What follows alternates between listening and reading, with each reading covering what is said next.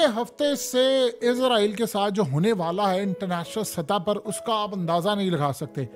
अगले हफ्ते से हेयरिंग स्टार्ट होने वाली है इंटरनेशनल कोर्ट ऑफ जस्टिस की, और इसमें केस लग गया है। साउथ अफ्रीका ने पिटीशन दायर की थी।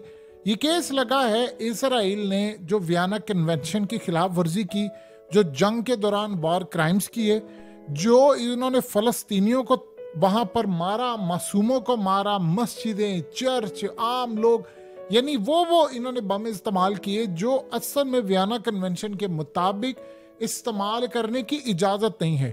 अब ये इतना बड़ा इजराइल के लिए क्राइसिस खड़ा होने वाला है। अब आप पूछेंगे कि इंटरनेशनल कोर्ट ऑफ जस्टिस में कैसे इंसाफ हो सकता है, ये कैसे कर सकते हैं? वहां पर तो कभी कुलभूषण यादव का भी केस और फलाना था।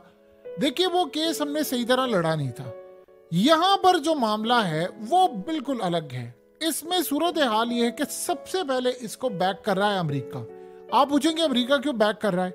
अमेरिका इसलिए बैक कर रहा है कि नेतन्याहू को उन्होंने समझा दिया कि तुम इस जंग को रोको, वो नहीं रुके। अब इंटरनेशनल कोर्ट ऑफ जस्टिस के अंदर वो बैक कर रहा है, चाइना कर रहा है, रशिया कर रहा है, मिडिल ईस्ट कर रहा है, यूरोप पूरा कर रहा है, और सारे सीक्रेटली इसको बैक कर रहे हैं। ओपनली कोई नहीं आ रहा, सारे बैक कर रहे हैं, मुस्लिम कंट्रीज भी।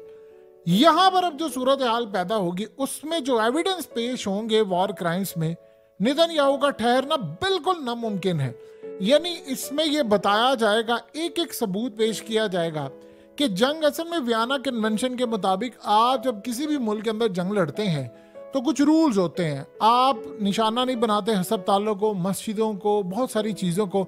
इन्होंने यहाँ पर वो काम किया है और इन्होंने ऐसे हथियार इस्तेमाल किए, यानी मिसाल के तौर पर इन्होंने हस्पतालों के ऊपर मिसाइल दागे, इन्होंने वहाँ पर 24-25 हज़ार बच्चों को, बूढ़ों को, औरतों को, सबको निशाना बनाया।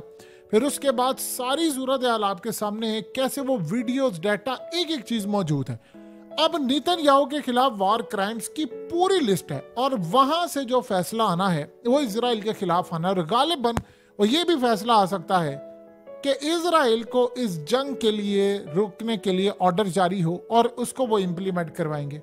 अब वहां पर इजराइल के पास दिफा के लिए कुछ भी नहीं है। आप लाख दफा कहते रहे, हमारे पास कुलभूषण यादव था, हमने उसके बाद भी वहां पर क्या